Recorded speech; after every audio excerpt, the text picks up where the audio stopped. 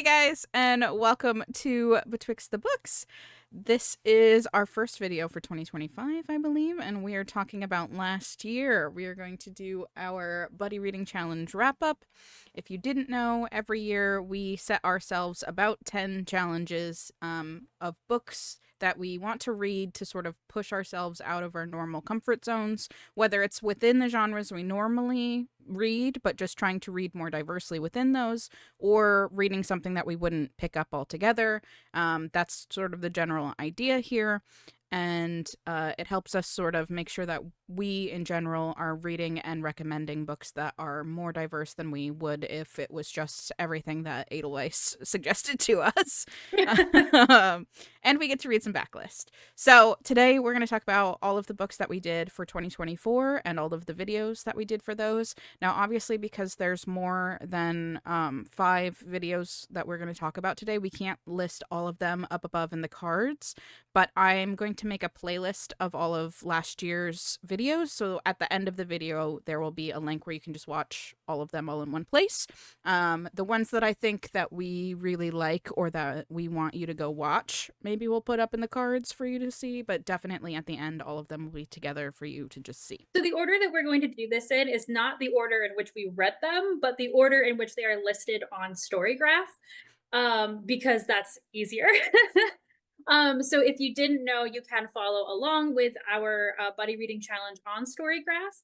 And we will give you a super secret surprise about how you can do that with us in 2025 as well at the end of this video. So the first one that we had on our list was Read a Second Chance book.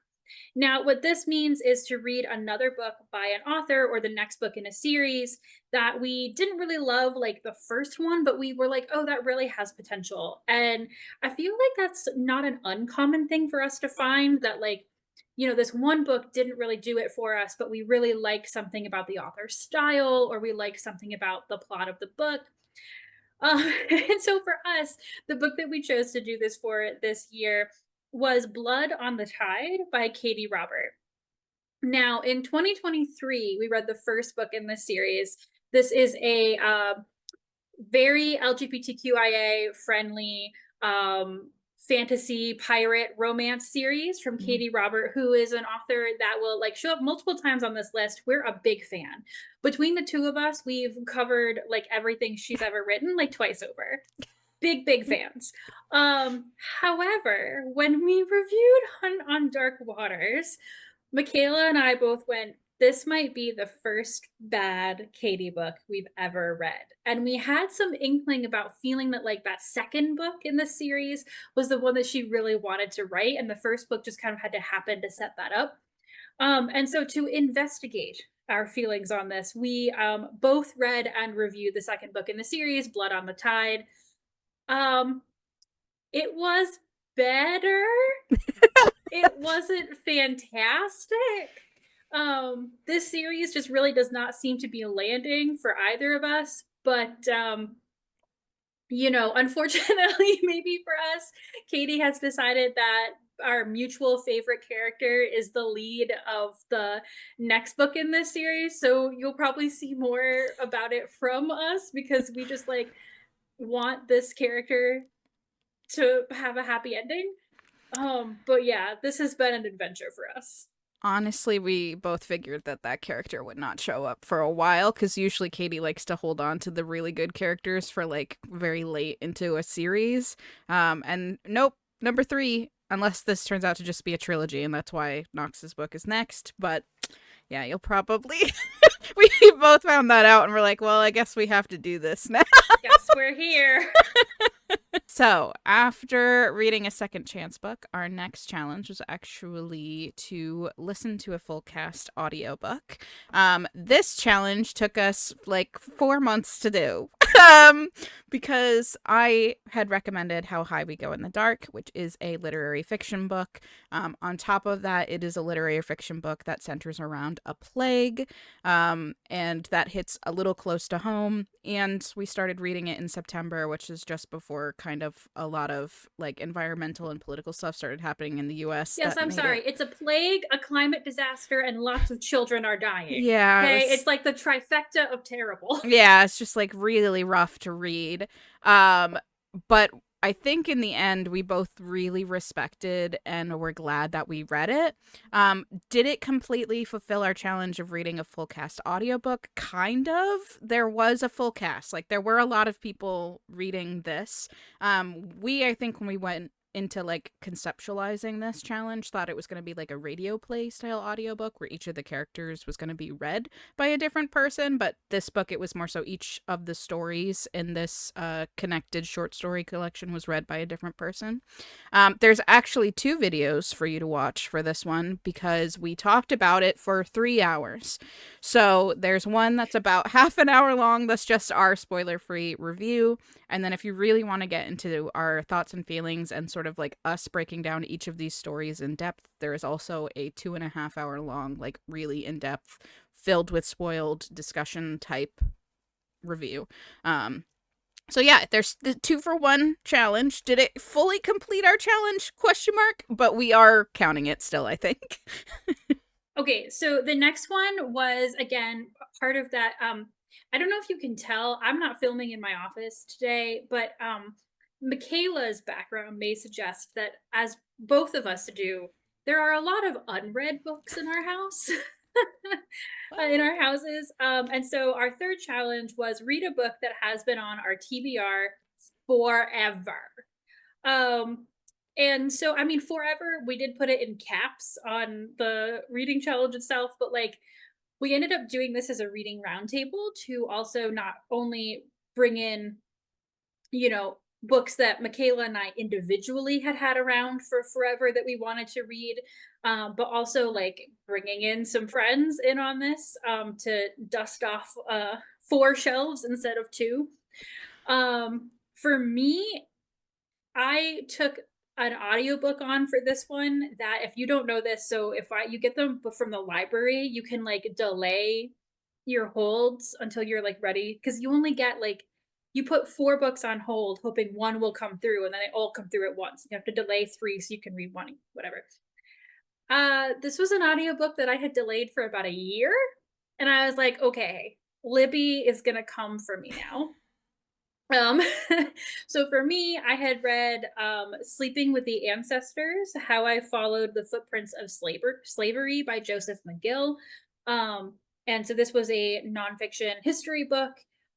Michaela went the complete opposite direction with Paradise Rot, right? By Jenny Hval. And this was a horror novella, LGBTQIA. And let me just say that for one of our most chaotic book discussions of maybe the entire year, you need to go check out that reading roundtable, because that had some interesting plot points. Yeah, definitely worth listening to. And yeah, that's probably one that we'll put up in the cards for you to just click on over there, because it's definitely worth hearing me at least talk about that book. So the next challenge is one that we have every single year. It is to read and review an arc on time. We've been pretty good the last couple of years to do this in January, mostly because there's been pretty consistently a Katie Robert release every single year in January. This year, I think, is the first year that that's not happening. So this challenge might actually get fulfilled later in the year than normal. But we last year read Midnight Ruin by Katie Robert, which is one of the Dark Olympus books. This was Karen and Orpheus and Eurydice, I believe. Yep. It was their book, so we were back in the lower city, the underworld, and there was a little bit of puppy play in that one, if I recall correctly. So just a little bit, a tad. Definitely worth going and watching that video. Yeah, it's just an easy challenge. Just read and review an arc on time. We did it. Nice. We did a couple of those throughout the year, but we always have it in there just to make sure that we definitely do that. It's the on time bit. Yeah. That is often in the past been a problem. Yeah. So, So the next one is also a perennial favorite challenge category. As many of you know, read a lot of romance, and Michaela doesn't read quite as much, but we are both very interested in supporting queer love stories as much of the romance genre, and indeed a lot of what I end up reviewing, because it's the bulk of the arcs that are on Edelweiss, are usually hetero couples. And so we have read an LGBTQIA plus romance novel on here to make sure that at least once, if not more, throughout the year, we are kind of featuring a queer love story. And one of the things that was really interesting about this year is that there were actually a couple of contemporary poly romances. So we've talked about this before, especially in regards to like the Katie Robert book that Michaela just mentioned, which was also poly, that a lot of times those types of relationships are put into like either fantasy or like dark romance, Mm. when poly romances are things regular people do and deserve to be in contemporary romance the same as anything else. um so we read Really Cute People by Marcus Harwood, and unfortunately, it had some problematic plot details, shall we say, that it was really weird that I actually found repeated in another poly romance that I read in 2024.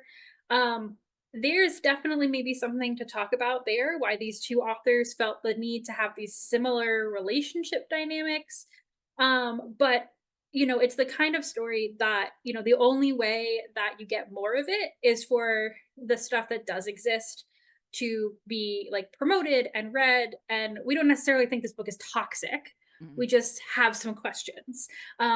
So it's not our favorite book in the entire world, but the only way to get better representation is to get more representation. And so we do hope that that continues to happen, because we're seeing more and more of those um, enter the contemporary sphere bit by bit. Okay, the next challenge that we had for ourselves was to read a book with a neurodivergent main character. I think this was back to back with the last one that we did, because we read Here We Go Again by Alison Cochrane. This brought up an interesting theme in romance for 2024, which was a lot of the romance included themes of grief for some reason this past year. Don't know why, but it was a thing. This was a road trip romance, enemies or friends to enemies to lovers, essentially, where childhood friends that had a pretty bad falling apart come back together when their like mentor teacher is dying of cancer, and his like last wish is to go back to Maine, to be where he was with his lover. And so it's them traveling together to bring this dying teacher back home, kind of. Um, yeah, so not our favorite either, I don't think. We didn't hate this one, but it was just kind of like an okay romance. But if you want to hear us talk a bit more about this whole grief with a side of romance thing that was happening last year, you can definitely go. And if you want to see, so like this one, I think was definitely one of the better ones. At least with this, like the romance is sapphic, Yeah.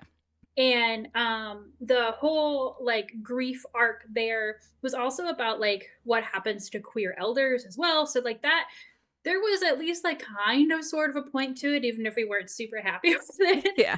But if you then want to see my slow descent into madness, you can just watch, like, after that video gets posted, see all the different reviews that I was doing, as I'm just like, why are people also dying in this? Because I read so many romances by myself after that where someone was dying or there was like grief involved, and I was like, why?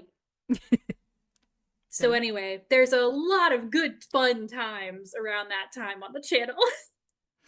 So, the next prompt that we're going to talk about is read a social justice nonfiction book. So, I love to read nonfiction.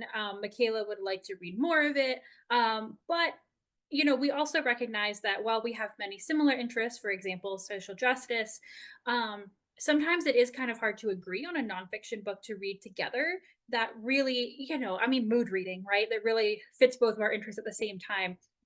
And so we decided to do this one also as a reading roundtable. This is a really, really interesting reading roundtable. There did end up only being three of us for this one, but it's one of our longer episodes because both myself, Michaela, and Emily, who joined us, all brought very different types of social justice topics, and there was so much to talk about with every single one of these. It's a really, really good episode, and I highly recommend it.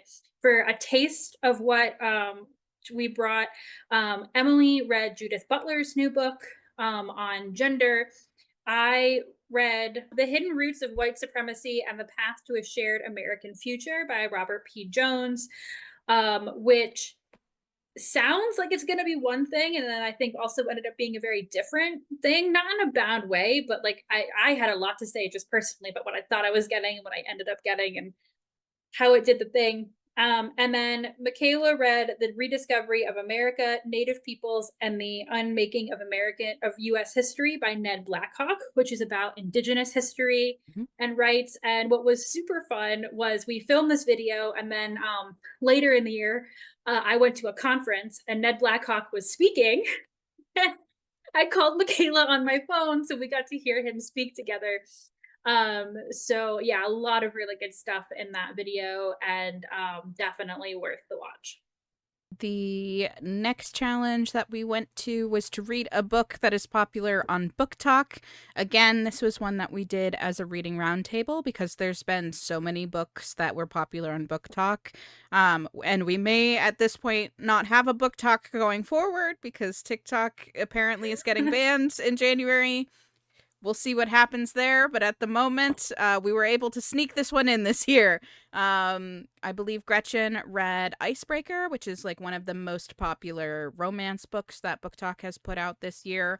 I decided to go the route of reading a book that Book Talk recommended to me in particular that was popular specifically in the like fantasy genre area of Book Talk, but maybe didn't break out all the way with the sales that something like Icebreaker did. I went with The Spear Cuts Through Water by Simon Jimenez. So that was there. We also had somebody talk about Powerless, which was a YA book that got really popular. And then also The God of the Woods, I believe, was recommended there, which is like Yep. a literary mystery type one. So if no matter what genre you kind of have an interest in, there's maybe something there for you. And we talked a little bit about whether like the hype was worth it or not. And also like Book Talk in general and how it's been driving sales as just in general better than any other really medium has in a long time. So it'll be interesting to see what happens to the book industry if TikTok stops being a thing. We shall see. But yes, that's a reading roundtable. You can go and watch us all talk about a bunch of different books that were popular on Book Talk.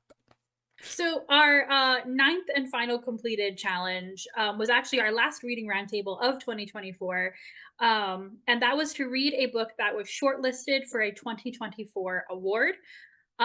We said shortlisted when we made this because we didn't want people to be like really like buttonholed into just reading the winner. Sometimes some of the more interesting books end up being just shortlisted but not won because there's like not enough consensus that it should win, but it's like super interesting.